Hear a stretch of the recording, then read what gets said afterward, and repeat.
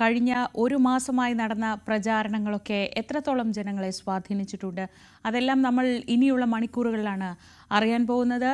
നിലമ്പൂരിലെ ഏറ്റവും സമഗ്രമായ ചിത്രങ്ങളുമായി ഞങ്ങളുടെ പ്രതിനിധികൾ തയ്യാറാണ്. ഒരിക്കൽ കൂടി CV അനുമോദിലേക്ക്. അനുമോദ്, മണ്ഡല പുനഃക്രമീകരണത്തിന് ശേഷം മാറ്റം വന്ന രാഷ്ട്രീയ സാഹചര്യങ്ങളൊക്കെ നിലനിൽക്കുന്നുണ്ട്. അതൊക്കെ വെച്ച് നോക്കുമ്പോൾ ഈ ഭൂമിശാസ്ത്രപരമായ പ്രത്യേകതകൾ കൂടി നമ്മൾ പ്രത്യേകം പരിഗണിക്കേണ്ടതുണ്ട്. 3 ബൂത്തുകൾ ഉള്ളത് വനത്തിനുള്ളിൽ ആദിവാസി മേഖലകളിലാണ്. ബാക്കി 260 ബൂത്തുകളുണ്ട്.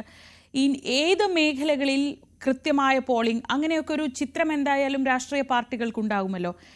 ഈ നഗര മേഖലയിൽ, പ്രത്യേകിച്ച് നിലമ്പൂർ മുനിസിപ്പാലിറ്റിയുമായി ബന്ധപ്പെട്ട മേഖലകളിൽ കൂടുതൽ പോളിംഗ് ഉണ്ടായാൽ അത് ആരെയായിരിക്കും? അവിടെ കാര്യമായ പ്രശ്നങ്ങൾ ഉണ്ടാവാൻ സാധ്യതയില്ലെന്ന് തോന്നുന്നു, ഒരുപക്ഷെ മഴ പെയ്താൽ പോലും.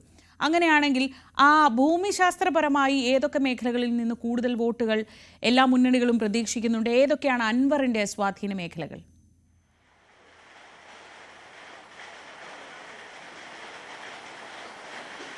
മുൻപ് 11 പഞ്ചായത്തുകളായിരുന്നു നിലമ്പൂർ മണ്ഡലത്തിൻ്റെ ഭാഗമായി ഉണ്ടായിരുന്നത്. 2008 പുനഃക്രമീകരണം വരെ. അന്ന് 3 പഞ്ചായത്തുകൾ, ചോക്കാട്, കാളികാവ്, ചാലിയാർ, എന്നീ 3 പഞ്ചായത്തുകൾ 2 മണ്ഡലങ്ങളിലേക്കായി മാറി. ചാലിയാർ ഏറനാട് മണ്ഡലത്തിലേക്കും ചോക്കാടും കാളികാവും വണ്ടൂർ മണ്ഡലത്തിൻ്റെയും ഭാഗമായി. ഈ 3 പഞ്ചായത്തുകളും UDFിൻ്റെ വലിയ ആധിപത്യമുള്ള മേഖലകളായിരുന്നു. നമ്മൾ അതുവരെയുള്ള കണക്കുകൾ പരിശോധിച്ചാൽ ഈ പുനഃക്രമീകരണത്തിന് മുൻപും ശേഷവും എന്ന തരത്തിൽ തന്നെ പരിശോധിച്ചു കഴിഞ്ഞാൽ 2011 ആര്യാടൻ മുഹമ്മദ് നേടിയത് കേവലം 5000 വോട്ടിൻ്റെ ഭൂരിപക്ഷം മാത്രമാണ്. അതിനു മുൻപ് വരെ 15,000-ഉം 20,000-ഉം ഒക്കെ നേടിയ സ്ഥാനത്തായിരുന്നു ഈ ഒരു ഭൂരിപക്ഷത്തിലെ കുറവുണ്ടായത്. പക്ഷേ 2011 ആര്യാടൻ മുഹമ്മദ് നേടിയ ഈ 5000 വോട്ടിൻ്റെ ഭൂരിപക്ഷത്തിനോടൊപ്പം ആ തെരഞ്ഞെടുപ്പിൽ ചോക്കാടും കാളികാവും അതുപോലെ ചാലിയാറിലും UDF നേടിയ ലീഡുകൾ കൂടി കൂട്ടുമ്പോൾ ഒരുപക്ഷെ അദ്ദേഹത്തിൻ്റെ ഭൂരിപക്ഷം വീണ്ടും 10,000-ന് മുകളിലേക്ക് ഉയർന്നേക്കാം. അതായത് അത്രമാത്രം UDFിന് ആധിപത്യമുള്ള ഈ ഒരു പഞ്ചായത്തുകൾ വെട്ടിമുറിച്ചത് മണ്ഡലത്തിൻ്റെ ഭാഗമല്ലാതാക്കിയത് UDFിനെ സംബന്ധിച്ച് അല്പം വലിയ ക്ഷീണം തന്നെയാണ് ഉണ്ടാക്കിയത്. അതിനുശേഷമാണ് നിലമ്പൂർ പിടിക്കുവാൻ യഥാർത്ഥത്തിൽ ഇടതുപക്ഷത്തിൻ്റെ ശ്രമങ്ങൾ തുടങ്ങുന്നത്. അപ്പോഴും ഒരു 15,000 വോട്ടിൻ്റെ വ്യത്യാസം ഈ മണ്ഡലത്തിൽ നിലനിൽക്കുന്നതെന്ന് ഇടതുപക്ഷത്തിനറിയാം. ആ വോട്ടുകൾ സമാഹരിക്കാനാണ് PV അൻവർ എന്ന സ്വതന്ത്ര സ്ഥാനാർത്ഥിയെ ഇവിടെ ഉപയോഗിച്ചത്. അൻവറിനെ സംബന്ധിച്ച് അൻവറിന് UDFിലും LDFിലും കൃത്യമായ നിഷ്പക്ഷരായി നിൽക്കുന്ന ജനങ്ങൾക്കിടയിലും സ്വാധീനമുണ്ടെന്ന് ഇടതുപക്ഷം വിലയിരുത്തിയിരുന്നു. അങ്ങനെ 2016-ൽ കോൺഗ്രസിനെ സംബന്ധിച്ച് എപ്പോഴും ആഭ്യന്തര തർക്കങ്ങൾ നിലമ്പൂരിൽ വെല്ലുവിളിയാവുന്നൊരു സാഹചര്യമുണ്ട്. ആര്യാടൻ മുഹമ്മദ് അരങ്ങൊഴിഞ്ഞതിന് ശേഷം അൻവർ അവിടെ കളത്തിലിറങ്ങുകയും 2016-ലും 2021-ലും കൃത്യമായ ഈ നിഷ്പക്ഷ വോട്ടുകളും മറ്റും സ്വാധീന വോട്ടുകളും നേടി വിജയിക്കുകയും ചെയ്തു. ഈ ശ്രീയെ ചോദിച്ചതിൽ വരികയാണെങ്കിൽ ഇപ്പോൾ നിലവിൽ 8 തദ്ദേശഭരണ സ്ഥാനങ്ങളിലാണ് നിലമ്പൂർ മണ്ഡലത്തിൻ്റെ പരിധിയിലുള്ളത്. അതിൽ നിലമ്പൂർ നഗരസഭയും മറ്റ് 7 പഞ്ചായത്തുകളും. ഇതിൽ ഓരോ പഞ്ചായത്തുകൾ എടുത്ത് നോക്കുകയാണെങ്കിൽ ഇടതുപക്ഷത്തിനും വലതുപക്ഷത്തിനും ഒരുപോലെ പ്രതീക്ഷ പലയിടത്തുമുണ്ട്. അതിൽ UDFിൻ്റെ ശക്തി കേന്ദ്രങ്ങളായി പറയുമ്പോൾ ഏറ്റവും അധികം UDFിന് ഉറച്ച കോട്ടയെ വിലയിരുത്തുന്നത് മൂത്തേടം പഞ്ചായത്ത് തന്നെയാണ്. മൂത്തേടം ലീഗിൻ്റെ ഒരു കോട്ടയാണ്. ഏറ്റവും കഴിഞ്ഞ തെരഞ്ഞെടുപ്പ് 2021-ൽ VV പ്രകാശിന് ഏറ്റവും അധികം ഭൂരിപക്ഷം അല്ലെങ്കിൽ ലീഡ് നൽകിയ ഒരു പഞ്ചായത്ത് കൂടിയാണ് മൂത്തേടം. മൂത്തേടം കഴിഞ്ഞാൽ പിന്നെ UDF പ്രതീക്ഷ അർപ്പിക്കുന്നത് വഴിക്കടവാണ്. വഴിക്കടവിൽ LDFിനും UDFിനും ഒരേപോലെ ഒരു ശക്തിയുണ്ടെന്ന് അവകാശപ്പെടുന്നുണ്ടെങ്കിൽ വഴിക്കടവ് പാരമ്പര്യമായിട്ട് UDFിനോട് അല്പം ചേർന്ന് നിൽക്കുന്ന ഒരു മണ്ഡലമാണെന്ന പ്രതീക്ഷയാണ് UDFിനെ സംബന്ധിച്ചുള്ളത്. അതിനുശേഷം വരുന്ന ഇടക്കര UDFിൻ്റെ ഒരു കേന്ദ്രമാണ്. PV പ്രകാശിൻ്റെ ജന്മനാടായിരുന്നു ഇടക്കര. അവിടെ പക്ഷേ കഴിഞ്ഞ തെരഞ്ഞെടുപ്പിൽ സംഭവിച്ചത് കൃത്യമായിട്ടുള്ള അടിയൊഴുക്കുകളാണ് എന്ന് അദ്ദേഹത്തിന് അവിടെ നേടിയ 100 വോട്ടുകളിൽ താഴെ മാത്രമാണ് ലീഡ് ചെയ്യാൻ കഴിഞ്ഞത്. അവിടെ ഒരു അടിയൊഴുക്കുണ്ടായി എന്നുള്ളത് അന്നത്തെ ആ ഒരു കണക്കുകൾ പുറത്തു വന്നപ്പോൾ തെളിഞ്ഞിരുന്നു. അപ്പോൾ ഈ ഇടക്കരയ്ക്കും അതേപോലെ തന്നെ മൂത്തേടത്തിനും വഴിക്കടവിനും പുറമെ പിന്നെ UDF പ്രതീക്ഷ അർപ്പിക്കുന്നത് നഗരസഭയാണ്.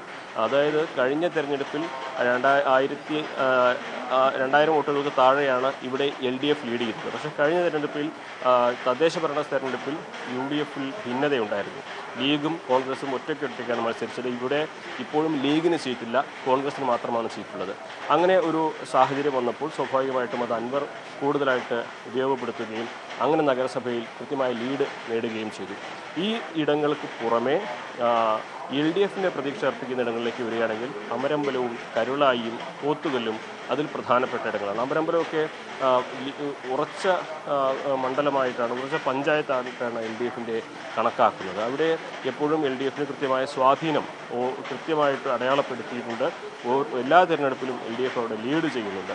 കരുളായിലാണെങ്കിലും ഒപ്പത്തിനൊപ്പം എന്ന് പറയുമ്പോഴും LDFിന് അവിടെയും പ്രതീക്ഷ ഉള്ള ഒരു പഞ്ചായത്താണ്. അതിന് പുറമെ പോത്തുകല്ലിലും LDFിൻ്റെ സ്വാധീനം അവർ അവകാശപ്പെടുന്നുണ്ട്. പോത്തുകല്ലിലും കൃത്യമായ രീതിയിൽ ഇവിടെ LDFിന് ലീഡ് ചെയ്യാൻ കഴിയും എന്ന വിശ്വാസം, പ്രത്യേകിച്ച് അത് സ്വരാജിൻ്റെ ജന്മനാട് കൂടിയാണ് പോത്തുകല്ല്.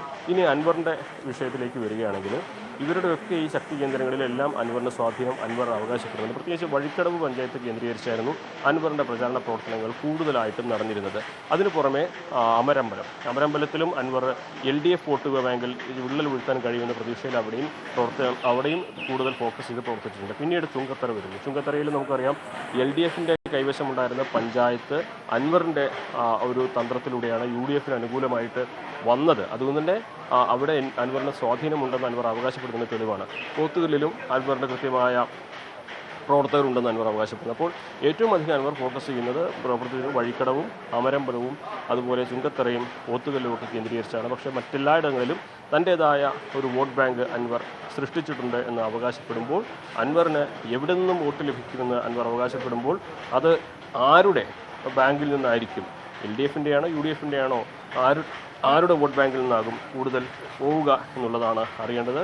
ഇപ്പോൾ നമ്മൾ ഇവിടെ പോളിംഗ് ബൂത്തിലേക്ക് വരികയാണെങ്കിൽ ആളുകളൊക്കെ കൂടുതലായി എത്തിത്തുടങ്ങുന്ന ഒരു കാഴ്ച കൂടിയാണ് നമ്മൾ കാണുന്നത്. രാവിലെ തന്നെ ഈ ഒരു തണുത്ത കാലാവസ്ഥയിൽ, അതായത് മഴ പെയ്തുകൊണ്ടിരിക്കുന്ന ഒരു കാലാവസ്ഥയാണ് എങ്കിൽ പോലും ആളുകൾ രാവിലെ വോട്ട് ചെയ്യാൻ വേണ്ടി ഈ ബൂത്തുകളിലേക്ക് എത്തുന്നതിൻ്റെ ദൃശ്യങ്ങൾ നമുക്ക് ആ ദൃശ്യങ്ങളിലേക്ക് കൂടി പോകേണ്ടതുണ്ട്. അവിടെ ആളുകളൊക്കെ നമുക്കിവിടെ കാണാം. പോളിംഗ് ബൂത്തിലേക്ക് ഈ തണുപ്പത്തും ഈ മഴയത്തും അതിനൊക്കെ മറികടന്നുകൊണ്ട് ആദ്യ വോട്ട് ചെയ്യുവാൻ നേരത്തെ തന്നെ പോളിംഗ് ബൂത്തിലേക്ക് എത്തുന്നു. ഇതൊരു പോസിറ്റീവായിട്ടുള്ള ഒരു കാഴ്ചയായിട്ട് വേണം കാണുവാൻ. കാരണം ഈ ഒരു നേരത്തെ തന്നെ പോളിംഗ് ശതമാനത്തിൽ വലിയ കുറവുണ്ടാകുമെന്ന ആശങ്ക എല്ലായിടത്തും നിലനിൽക്കുന്നുണ്ട്, എല്ലാ മുന്നണികൾക്കും നിലനിൽക്കുന്നുണ്ട്. ആ ഒരു സാഹചര്യത്തിലാണ് ഇവിടെ ആളുകളൊക്കെ നമുക്ക് അപ്പുറത്തുള്ള പോളിംഗ് ബൂത്തിലേക്ക് പോവുകയാണെങ്കിൽ കുറച്ചുകൂടി ദൃശ്യങ്ങൾ കാണിക്കാനാകുമെന്നാണ് കരുതുന്നത്. ഇവിടെ ആളുകൾ കാത്തു നിൽക്കുന്ന കാഴ്ച, ഇവിടെ മുതിർന്ന വോട്ടർമാരൊക്കെ അപ്പുറത്തുള്ള പോളിംഗ് ബൂത്തിലേക്ക് എത്തിയതിൻ്റെ ഒരു കാഴ്ച കൂടി നമുക്ക് പ്രേക്ഷകരിലേക്ക് എത്തിക്കാനാകും.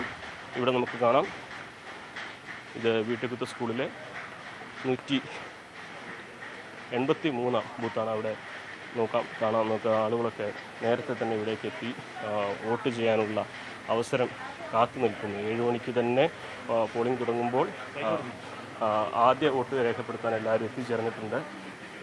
എന്താണ് മഴയും തണുപ്പൊക്കെ ആണെങ്കിലും ആദ്യം തന്നെ വന്ന് വോട്ട് ചെയ്യാൻ എല്ലാ തെരഞ്ഞെടുപ്പിലും ആദ്യം വരാറുണ്ട്. എല്ലാവരും പറയുന്നത് ഉപതെരഞ്ഞെടുപ്പല്ലേ, എന്തിനാ വോട്ട് ചെയ്യുന്നതൊക്കെ പലരും ചോദിക്കുന്നുണ്ട്. എന്താ അവരോടൊക്കെ പറയാനുള്ളത്? നമ്മളെ